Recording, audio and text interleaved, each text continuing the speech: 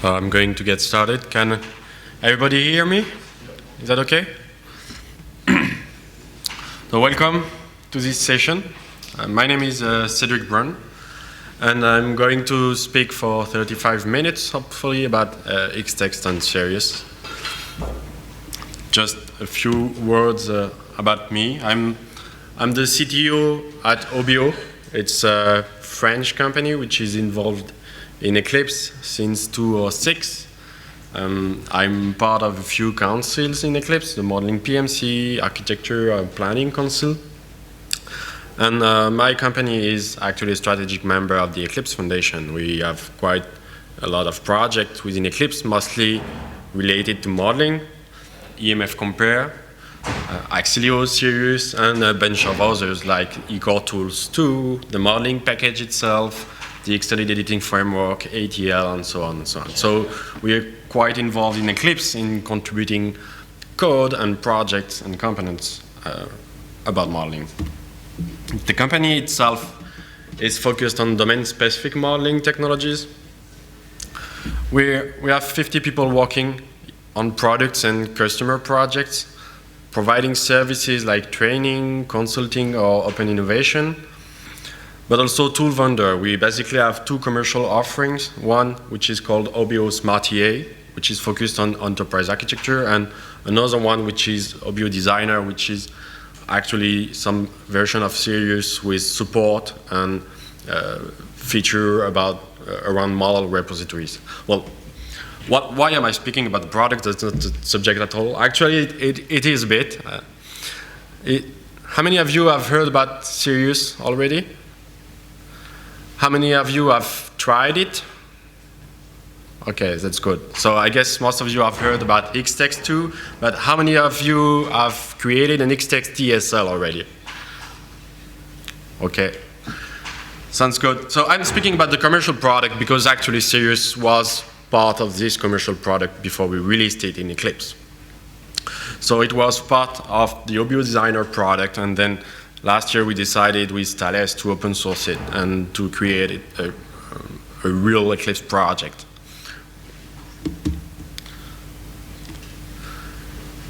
So just a few words about Sirius. So Xtext is providing you the ability to create a DSL, a textual syntax, from a grammar. And Sirius is providing you the ability to very quickly define your modeling workbench dedicated for your domain using tables, diagram, or tree editors. So the main point of Sirius is having this quick turnaround and being able, for very low cost, to create a dedicated modeling environment. Basic principle is you have your domain models, here represented with eCores models, and you specify the way your tooling is going to behave through a model. So there is a model which is called the viewpoint specification model, which specify how the modeler should behave, what kind of shapes should be used, and so on. And this model is getting interpreted by the Sirius runtime. And it's getting interpreted from your models, from this specification, and then you get the diagrams and you can use it. Why is that interpreted? Well, it makes things way easier. So you don't have to generate code. You don't have to understand how everything is plugged together. It's just something which is going to run and interpret your specification. Well, I'll do a quick demo later on. So back to the subject now. So textual and graphical, why mixing them? Actually, most of our customers which are using Xtext and most of the people I see which are using Xtext are really looking forward some kind of technology which allows them to build graphical modeling. And why is that? Because text is actually better for quite a few things. For operation and sequences, for combining expression, a textual editor is way more powerful than a diagram editor, for instance. And diagram editors tend to be better for setting relationships and visualizing these relationships, analyzing a design, because there are so many dimensions you can use in the diagram, like the color and size of the shapes, and all this stuff can make it can make it easy to analyze the design. And so many more things, but in the end, well, textual is better for some users or some context, and diagram is better for some users or some context. So I'm just not going to argue if that graphical is better than text or the other way around. Actually, they're quite complementary. One way to use Sirius and Xtext, and well, I would say the simpler way is to use Xtext as the serializer for your model. And then you actually get the Xtext editor, and you can have a diagram editor working on the same files and getting synchronized. The integration here is at the file level. So it's only when when the user hits save that it's going to synchronize the diagram or the other way around. The DSL syntax is used as a serialization format, which has quite a few implications. I'll go through them later on. And Sirius itself only works with the AST, which is the abstract syntax tree of your DSL. So I'm going to go through a quick demo. I'm reusing the state machine example from Xtext. It's based on Xtext 2.6, which just got released a few weeks ago. It's Sirius 1, RC1, which is going to be released next week. And Eclipse Luna, I think it's RC3. All the code, you can find it on this GitHub repository. So here I have my Xtext DSL. So it's the example from Xtext. It's a follower DSL, which is, well, a state machine DSL. And so I launched a new runtime with this DSL.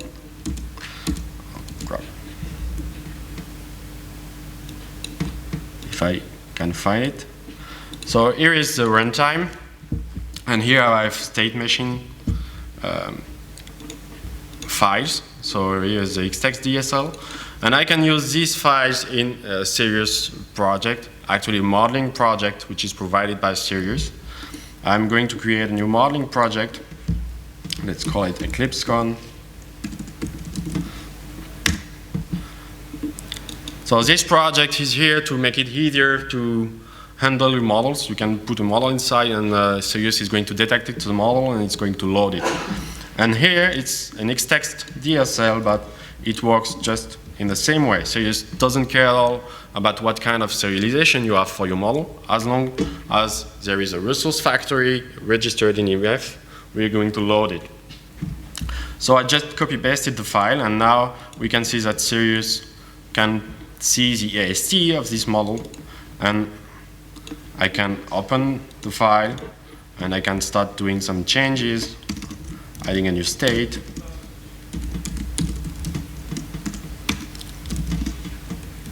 And if I save, then the AST is updated. So in this case, you're actually using Sirius just like with an XML file. It's the same principle. I'm just going to go through the creation of a small modeling environment for this DSL. So I'm creating a new specification project, which allows me to specify, well, the tooling of this state machine DSL. I create a viewpoint, which is in some way it's a perspective on your model. And I'm going to say, okay, that's the state machine file extension. And now I can create new representation. I could create a table or a tree, but of course I'm going to create a diagram because for a state machine it's probably more useful.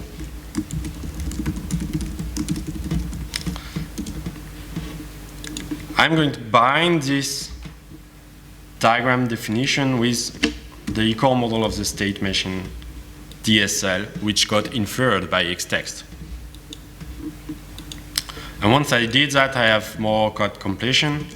And I can say, okay, this diagram is going to be created on top of a state machine instance. And I can just define that, okay, there is a layer and nothing else. But here, in this project, I define my tooling. And here, in this project, I can start using it. I can enable the viewpoint I just defined. And then I can create a new state machine diagram on top of the Xtext DSL. Problem is, there's not many things in the diagram right now because my specification is pretty much empty. I'm going to say, okay, the states will be represented as containers. Here again, I say, okay, every state is represented with a container, and I'll pick a new style, a gradient, an oblique one. Let me pick color. Blue should be fine. And if I put both editors next to the others, and if I save here, we can see that all the instances of the AST just got represented in Sirius. But well, I don't like the icon because it's just the EMF default icon. And I tend to like rounded corners. So I'm going to use those. Just so that you see that you can really configure lots of stuff in the way shapes are created. And here we are. So now if I use Xtext and let's say create a new state again, this state is going, well, just appeared here. It's here. So I'm not going to go through the complete creation of the modeling environment, but it works pretty much the same as any other Sirius-based tooling. I'm just going to show you how to create something because then you'll have to operate on the EST itself. So I'm just creating a new tool to create a new state. And here, I'm saying, okay, this is going to be to create shapes, states, and here I have to define what is the behavior of this tool, meaning when the user clicks somewhere in the diagram, what should happen in the model. And here in the model, we don't care about the serialization, we don't care about the syntax, we're just working on the model level, on the EST. So it's pretty straightforward. We're creating an instance of state. And now I just saved the specification, and then now there is a tool here, and I can create a new state. But that brings us to one of the things you have to think about. Well, this state has no name. And how Xtext could serialize this model if I hit save? Well, actually, it can't. So I'm trying to save, and Xtext says, well, you're not able to save because for the grammar to be, the grammar requires that you have a name here. So a good idea is to make sure that all the tools you define will create something which is serializable by default. So the grammar itself brings a few more constraints on your domain model. But here if I say, okay, when I create a new instance, I set a new name, which is new state, and I save. Now if I create a new instance, then I have new state here. And if I edit here the value of the state,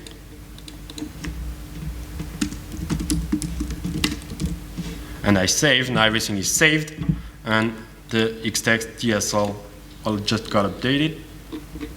What's that?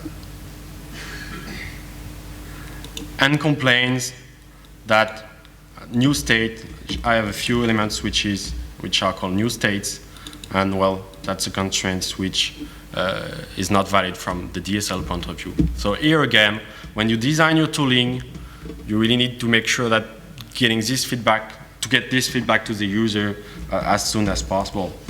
So if I rename new state 2, well, it's not a serialization problem now, it's just some validation. And now the Xtext DSL works. And using it this way, well, I prepared, of course, a tooling already, which is in the other workspace. It's in there. You'll find it on the GitHub if you want, which is a more complete diagram editor for the state machine diagram. So here is the specification, and now I can create a new state machine diagram. And here is this editor. So you can create states. I made sure that the color would change if a state is not used by any transition. I can bind states together. I can create, specify a new action, which is going to say, okay, what kind of action is there in this state, and so on. And here, for instance, I made sure that I have the proper feedback, like, hey, it's not serializable, so the edge is red, because for a transition to be valid and serializable, you need to bind it to an event.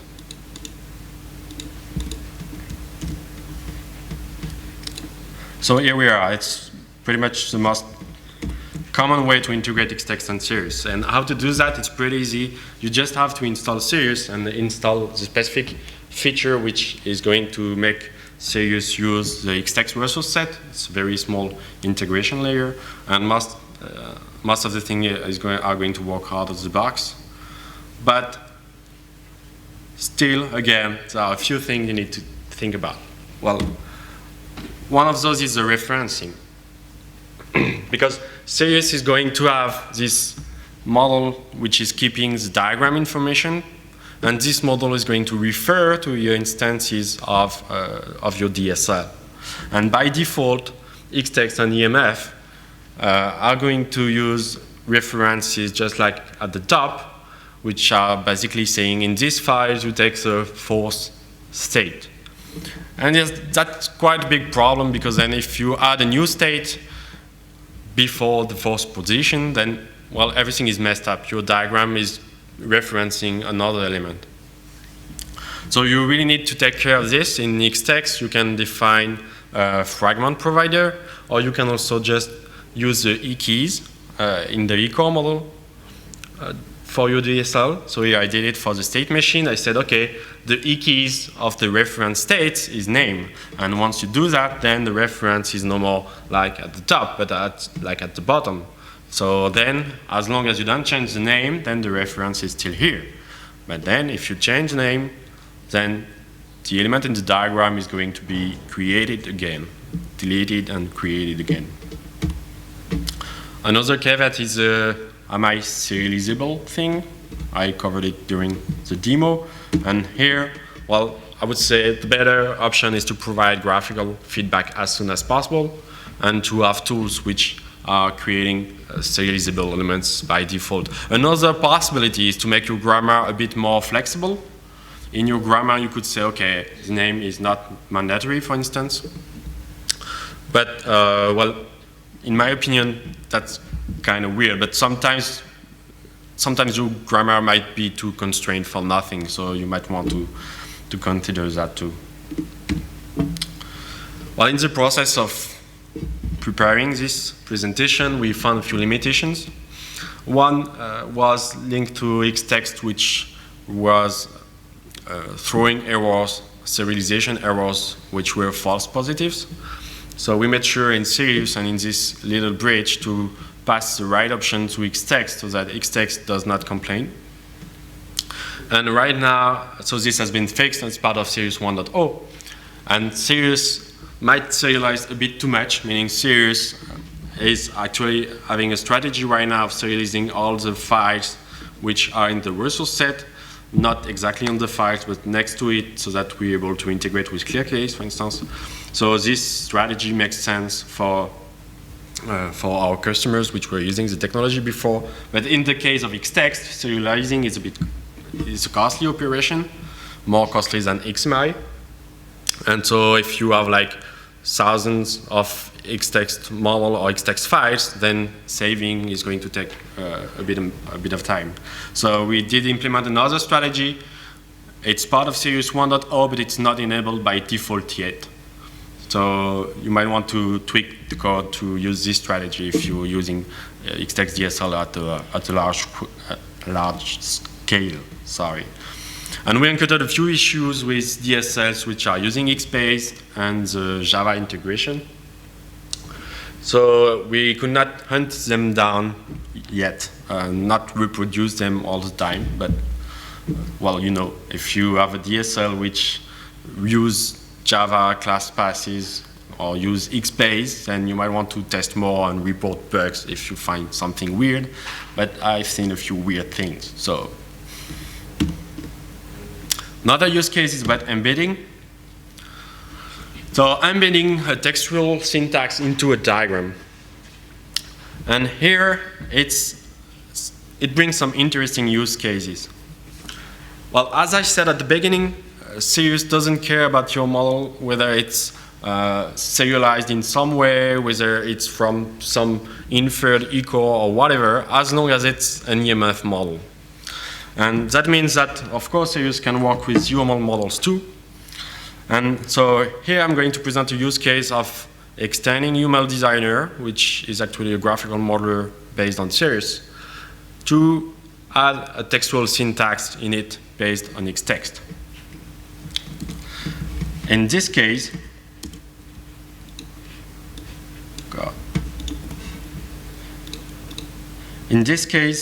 the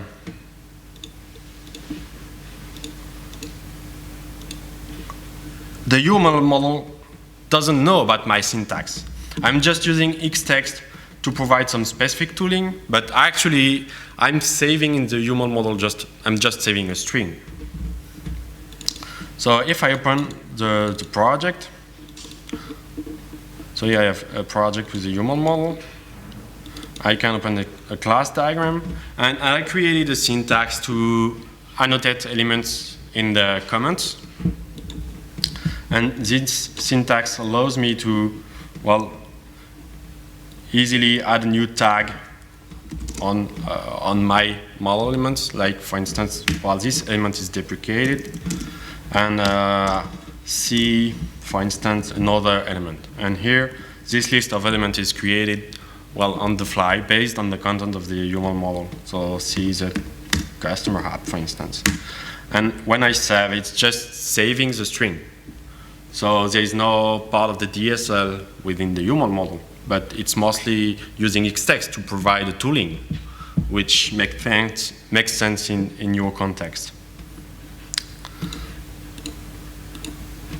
So this one is actually easy from a technical point of view. You don't have weird things about life cycles to handle. But the last one is more challenging. Here, I'm going to embed a syntax in the diagram, but the syntax is actually, and the textual editor is actually editing the same model elements as the diagram editor. So I'm going back to the state machine example.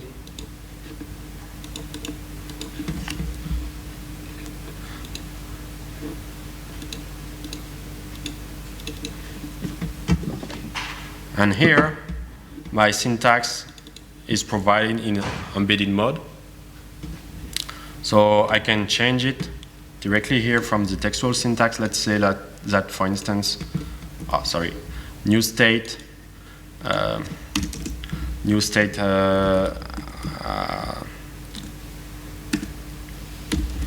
as a new transition to Eclipse Con, sorry.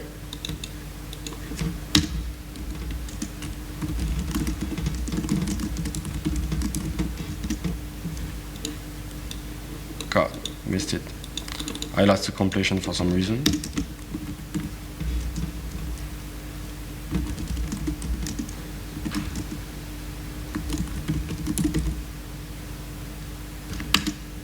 And here it is. So the diagram gets updated. On the other hand, of course, the serialization is still updated too. But it's very simple use case, but lots of problems might arise here.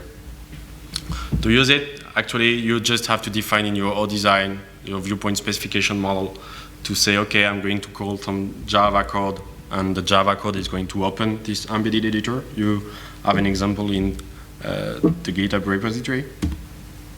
But what's going on behind the scene is we have this AST in memory, and from this AST we serialize it, and then we just pick a part of it, which is the current state which got selected, and we present that to the user.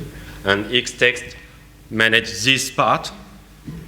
The user does some changes, but then Xtext, well, we just take the text back, create the complete model, and then ask Xtext to parse it again. And Xtext is going to parse a new version of this model, because Xtext doesn't know how to parse more incrementally, because that would not perform well enough for the use case of classic DSL, I would say. And then we have this new graph of model elements. But the user actually just changed a few things. So what the current implementation is doing is we're using EMF compare, and we're just matching both versions of the graph and creating the delta, and then we merge. So in doing that, we just apply the minimum of change into our ST model in memory. But of course, well, it's not magical. It's based on a lot of heuristics, and it is going to work as good as the content matching perform for your DSL. So if you have bad matching, then some nodes are going to be deleted and recreated in diagrams, so that might be something you don't want to see at all. Another caveat is, for instance, here I just changed and renamed the state. So waiting for draw was renamed in waiting for draw renamed. And well, the syntax is fine, but in doing so, I broke other parts of the models which were referring to this part using the name. So I don't have any compilation error, but at the bottom, you see there's a little red button which says, okay, the model is passable, but not resolvable. And when you're in this state, the user can do mad things, right? It's either you validate the change and you're just breaking its model, or you're just preventing the user to validate the change, and then, well, you could not do the stuff you wanted to do. So either prevent it or warn the user. To prevent it, it's quite easy. You just have to have a rule that everything which is displayed in the embedded editors is not going to be referenced by other part of the model. So these caveats should really be considered upfront, because if you don't, you will have issues then later, because it will at least impact the user experience of your DSL if, for instance, some change can't be made, or it can impact your DSL itself, because then you'll have to design the DSL in a way that the textual parts are not overlapping too much with the graphical one, which makes sense in a way, because I mean, graphical are useful for the structure and relationship, and the text syntax are useful for other things, so the overlap should not be that, should not really exist. But here in this case, we're just showing everything from the state machine diagram into the Xtext editor. It's not very complementary. So I'm going to end this presentation with a few takeaways for you. I hope it was not too fast, but, well, Sirius is there first. And it works with Xtext. So you've seen it in the demo. You can make something, and it works. You can either use Xtext just as a serialization format, and then you have a few trade-offs, but not very hard to handle. You can embed Xtext, and then, well, you need to think a bit more about what you want to achieve in the end, because you might go into a dead end. And it's not something which is really solvable technically. We discussed a lot with the Xtext team. Technically, it's not magical. Xtext only knows about some characters and parse them, and these characters might not make any sense at some point. And well, Sirius only cares about the EST, and as long as you allow the user to do anything in this sequence of characters, then there are lots of things which can go wrong. One option would be to put some part of the embedded editor as read-only. For instance, if my state is referenced by another part of the model, then I can't change the name. But here we're going back to the idea of impacting the user experience. So it's a choice you need to make upfront. So this rely on, all the embedded use case rely on some specific layer which is on the GitHub. It's not part of Sirius yet. It's more like a prototype, honestly. It's not something you want to use for real in industrial cases right now, but you might want to give it a shot and give us feedback. And if we get enough feedback and use cases and we're happy with the quality of this integration, then we'll put it into Sirius. What next? Well, next is Eclipse Luna. That's next week, actually. And well, next week, Sirius goes 1.0. So the first release of Sirius is coming out. First mature release. In this release, there's lots of stuff, but there's technical preview of the compartment support. There's new APIs. The e-core models of Sirius have been cleaned up. Sirius is now more lazy from a runtime perspective. And well, at about the same time, well, e-core tools, which has been re-implemented based on Sirius, is going to be released too. And UML Designer 4, which again is based on Sirius too. So next week you'll get all those good stuff. I just hope you like it. But then we'll move on to Sirius 2.0. And I did put a star because that's a 2.0, so we are going to change some APIs. And we're probably going to change some API for quite a few months again.